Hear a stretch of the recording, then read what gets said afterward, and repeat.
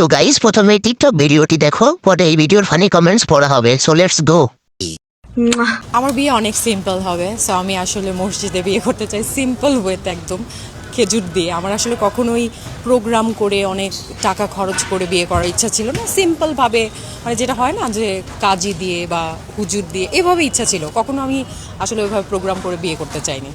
আয়েশ আরাম, আর কিচ্ছু লিখে না, চোদন আর খাওন, আর কিচ্ছু না। तो चलिए शुरू करते हैं।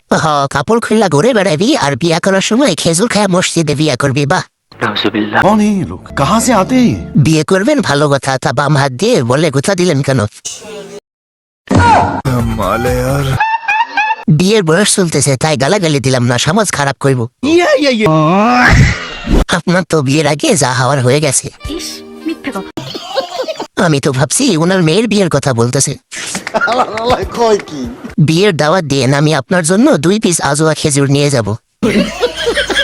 আবাসিক হোটেল মালিকদের দৃষ্টি আকর্ষণ করে বলতে চাই, আপনাদের একজন কাস্টমার আপনাদের কাছে না বলে এসে পড়েছে, তাড়াতাড়ি তাকে নিয়ে যান।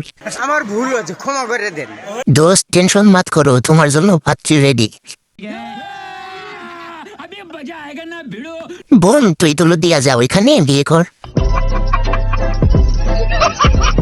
বাঙালিদের মাইন্ড এত খারাপ কেন থাকবে? তারা কি শিক্ষিত না? বাঙালি যারা কমেন্ট করে উল্টাপাল্টা, ওই যে চুদিলিং পং, তারা হচ্ছে অশিক্ষিত, মূর্খ। তার জন্য এইসব চুদিলিং পং মার্কা কমেন্ট করে, ঠিক আছে? এগুলোর হচ্ছে বাংলা ভাষায় ধুইয়া দিতে হয়, বাট মিডিয়ার মধ্যে আমরা চাই না কাউকে ধুইতে। तो चलिए शुरू करते हैं। পাগলে কিনা বলে সুদলিং পং আর ছাগলে কিনা খায়। তোর মাথা নষ্ট। চলো সবাই আপুর স্কুলে গিয়ে ভর্তি হয়, তাহলে কিছু শিখতে পারবো। মনে হয় আপু অনেক শিক্ষিত। চেহারার ডাইস এমন কেন? মনে হচ্ছে আয়রন করতে হবে চেহারার উপর দিয়ে। আবাসিক হোটেল মালিকদের দৃষ্টি আকর্ষণ করছি, আপনাদের কর্মী বাহিরে এসে বিভ্রান্তি সৃষ্টি করছে, দয়া করে আপনাদের কর্মী নিয়ে যান। বলেন কি? আপু, আপনার কথা ঠিক, কিন্তু আমি ভেবে দেখলাম আপনার চেহারাটা জুদলিং কম হয়ে গেছে।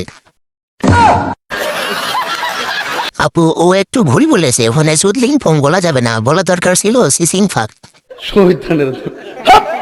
আমার যে টাইপসের কস্টিং, আমি যদি প্রফেশনাল ছেড়ে দিই, আমার মান্থলি 5-6 লাখ টাকা খরচ আছে।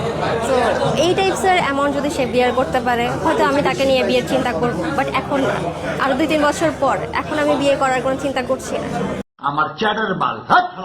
तो चलिए शुरू करते हैं। 5-6 লাখ টাকা কি হোগায় মাখো? কি ক্রিম মাখো হোগায় এত টাকা লাগে? 5-6 মাস পর আমার মতো বুড়া ছাড়া অন্য কেউ নিবে না। ঢাকার একটা রিক্সাওয়ালা ওই বুড়া বেটিরে বিয়ে করার জন্য রাজি হইব না, আমি 100% গ্যারান্টি দিলাম। এখন কি তুমি নিচতলা ভাড়া দিয়ে খরচ চালাচ্ছ শোনা? আমি বলুম না, আমার শরম করে। হয়, তোমার পেশা ধরে রাখো, 2-3 বছর মানুষদের খাও ঠিক মতো, বিয়ের কথা চিন্তা করো না, তোমার কথা ঠিক আছে। 5-6 লাখ টাকা যে পুরুষ খরচ করার মতো সামর্থ্য রাখে, সে পুরুষ তোরে 1 শট মারার জন্য নিবে, তবে বিয়ে করতো না কখনো। নিঃসন্দেহে তুই ঠিক কথা বলেছিস। আমি ঠিকঠাক খাবার চিনি না, এটা কি বেগুনি কালার? তোমার তো এখনই সব ঘন্টায় গেছে, 3 বছর পর তোর সব জমিলা পুড়ে যাইব গা। এই মাল ভাড়া দিলেও তো মাসে 2 লাখ টাকা পাওয়া যাইব না। অতীতাদয়ের পাহাড়দারদের গাফলিতির কারণে এরা বাহিরে এসে উল্টাপাল্টা কথা বলতেছে। আমার ভুল হয়েছে, ক্ষমা করে দেন।